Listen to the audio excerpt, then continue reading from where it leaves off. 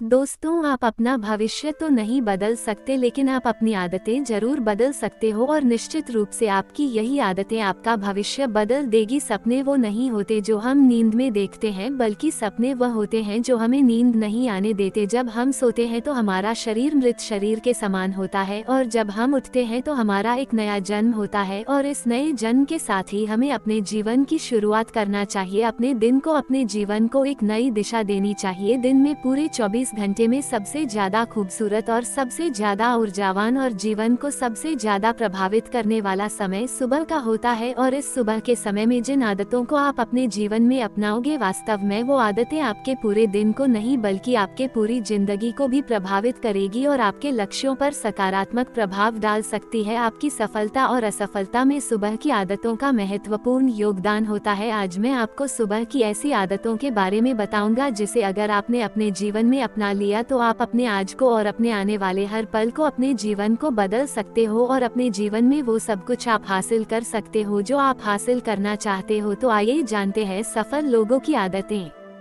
हमें जल्दी यानी सूर्य की किरणों के साथ ही उठ जाना चाहिए जब सूर्य की किरणें निकलती है। एक बार की बात है, महात्मा गौतम बुद्ध अपने सभी शिष्यों को आश्रम में उपदेश दे रहे थे। उसी क्यों को जीवन में अपनाई जाने वाली सुबह की आदतों के बारे में बता रहे थे। वो उनको बता रहे थे कि इस प्रकार की आदत अपनाकर हम अपने हर दिन को और अपने पूरे जीवन को बेहतर बना सकते हैं। फिर महात्मा बुद्ध अपने शिष्यों से कहते हैं कि हमें जल्दी यानी सूर्य की किरणों के साथ ही उठ जाना चाहिए। जब सूर्य की किरणें निकलती है तो पूरी प्रकृति को ऊर्जा प्रदान करती हैं और हमें भी ऊर्जा का आनंद उठाना चाहिए। जो व्यक्ति देर से उठता है और सूर्य की ऊर्जा को ग्रहण नहीं कर सकता और पूरे दिन नीरस रहता है, उसका पूरा दिन अलग से भरा रहता है। फिर महात्मा गौतम बुद्ध पहली आदत बताते हुए शिष्यों से कहते हैं, 2. हमें सुबह उठते ही सबसे पहले सभी को आभार प्रकट करना चाहिए। चाहे हमारा कल कैसा भी हो, कैसा भी बीता हो, लेकिन हमें आज की शुरुआत सकारात्मक बातों के साथ ही करनी चाहिए। हमें सुबह उठते ही सबसे पहले सभी को आभार प्रकट करना चाहिए। हमें उन लोगों का धन्यवाद करना चाहिए जिन लोगों ने हमारे बुरे समय में मदद की है। हमें उस परमपिता परमेश्वर को धन्यवाद देना चाहिए जिन्होंने हमें यह स्वस्थ शरीर प्रदान किया है। हमारे अंदर किसी भी प्रकार की कोई कमी नहीं है। हम स्वयं चल सकते हैं, बोल सकते हैं, सुन सकते हैं, इस प्रकृति की सुंदरता को देख सकते हैं, चिड़िया के चहचहाना के आवाज को सुन सकते हैं, नदियों के बहने की आवाजों को सुन सकते हैं। क्योंकि बहुत से लोगों ने तो यह देखा भी नहीं होगा क्योंकि उनके आंख नहीं है। कुछ लोगों ने इसे सुना भी नहीं होगा क्योंकि उनके कान नहीं है। बहुत से लोग तो चल भी नहीं पाते हैं क्योंकि उनके पैर नहीं है। हमें परमात्मा का आभार प्रकट करना चाहिए कि उन्होंने हमें इस काबिल बनाया है कि हम अपना काम स्वयं कर सकते हैं, किसी और पर हमें निर्भर नहीं रहना पड़ता। जबकि बहुत से लोगों को चलने के लिए भी दूसरों का सहारा लेना पड़ता है और दूसरों के ऊपर निर्भर रहते हैं। हमें इस प्रकृति को, अपने आसपास की चीजों का धन्यवाद करना चाहिए जिन्होंने हमारे जिंदगी को इतना सुंदर बनाया है। यह रंग बिरंगे फूल जो हमें खुशबू प्रदान करते हैं, वह नदी जो हमें पीने का पानी उपलब्ध कराती है, यह पेड़ पौधे, यह शुद्ध हवा या फल हमें इस प्रकृति से प्राप्त होते हैं। हमें इन सब का आभार प्रकट करना चाहिए, इनको धन्यवाद देना चाहिए। इन सब ने मिलकर हमारे जीवन को बेहद ही खूबसूरत बनाया है।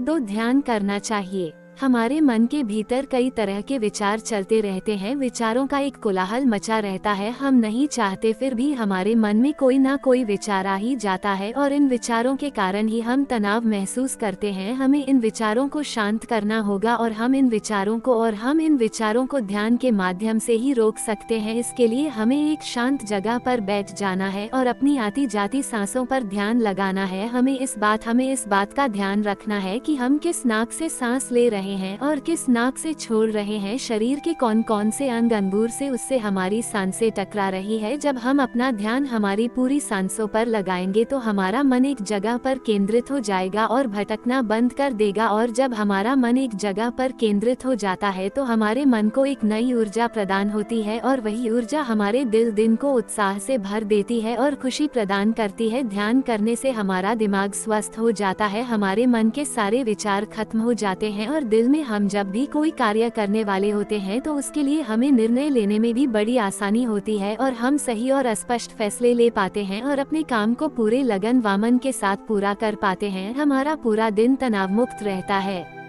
रोज व्यायाम करना चाहिए। इसके बाद महात्मा गौतम बुद्ध अपने सभी शिष्यों को तीसरी आदत बताते हैं कि आभार प्रकट करने के बाद और ध्यान करने के बाद तुम्हें व्यायाम करना चाहिए। हमारे शरीर के लिए जितना जरूरी भोजन और पानी है उतना ही जरूरी व्यायाम भी है। व्यायाम करने से हमारा शरीर स्वस्थ और तंदुरुस्त रहता है और हमारा मन प्रसन्न रहता है। व्यायाम करने से हमारे शरीर के सभी अंग सुचारू रूप से कार्य करते हैं, हमें ऊर्जा प्रदान करते हैं, कार्य को करने की शक्ति प्रदान करते हैं, जिससे हम अपने कार्य को आसानी से पूरा कर पाते हैं और हमें थकान का अनुभव भी नहीं होता है, जिससे हम बिना थके पूरे कार्य को जल्द से जल्द पूरी कर पाते हैं। व्यायाम करने से हमारा शरीर स्वस्थ व निरोगी रहता है, हमें किसी भी प्रकार का कोई रोग नहीं होता है। हमारे पास चाहे जितनी भी धन दौलत हो, यह सुख सुविधा ही क्यों ना हो, अगर हमारा शरीर स्वस्थ नहीं होगा तो हम किसी भी सुख सुविधा का आनंद नहीं ले पाएंगे। अगर हमारा शरीर किसी भी रोग से ग्रस्त हो जाएगा तो फिर उसे यह धन दौलत भी ठीक नहीं कर पाती है। स्वस्थ शरीर सुखी जीवन की निशानी है। स्वस्थ शरीर सुखी जीवन की निशानी है, इसको हेडलाइन करना है। जितना हम अपने शरीर को कष्ट देंगे उतना ही हमारा शरीर हमें सुख प्रदान करेगा और जितना हम अपने शरीर को आराम देंगे उतना ही यह हमें कष्ट प्रदान करेगा। इसीलिए हमें नियमित रूप से व्यायाम करना चाहिए। व्यायाम करने से हम पूरे दिन प्रसन्न रहते हैं और अपने सभी कार्यों को आसानी से कर पाते हैं। व्यायाम करने से हमें दीर्घायु प्राप्त होती है और हम लंबे समय तक युवा नजर आते हैं। जो लोग व्यायाम नहीं करते समय से पहले ही वृद्ध नजर आने लगते हैं।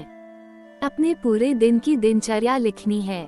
इसके बाद गौतम बुद्ध अपने शिष्यों को सुबह की चौथी आदत बताते हुए कहते हैं, आभार व्यक्त करने के बाद, ध्यान करने के बाद और फिर व्यायाम करने के बाद तुम्हें एक कागज और एक कलम उठानी है और उस कागज और उस कलम से अपने पूरे दिन की दिनचर्या लिखनी है। अपने सभी कार्यों को लिखना है जो उस दिन आप करोगे और उन सभी कार्यों का समय निर्धारित करें, जिससे आप एक निश्चित समय में अपने सभी कार्यों को पूर्ण कर पाएंगे और आपका कोई भी कार्य नहीं छूटेगा। और एक बात का और ध्यान रखें, आप अपने उन कार्यों में एक ऐसा कार्य जरूर लिखें जिसमें तुम किसी व्यक्ति या पशु की निस्वार्थ भावना से मदद करोगे, जैसे कि किसी गरीब को भोजन खिला दिया, किसी पशु को घास डाल दे या फिर उसे पानी पिला दिया। ऐसा करने से तुम्हें शांति प्राप्त होगा और जब तुम्हारा पूरा दिन खत्म हो जाएगा तो तुम्हें एक अलग ही खुशी का अनुभव होगा कि आज मैंने एक अच्छा कार्य किया है, आज मैंने किसी की निस्वार्थ भाव से मदद की है, आज का दिन मेरा बहुत ही अच्छा था, मेरा कोई भी कार्य नहीं छोटा, मैंने आज का दिन बहुत ही अच्छे से जिया।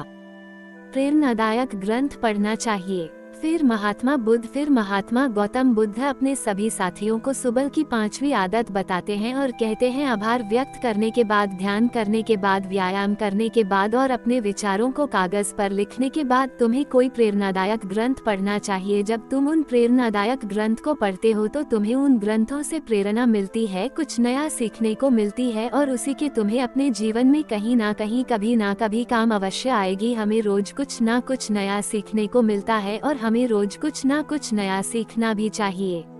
अपने आप से बातें करनी है।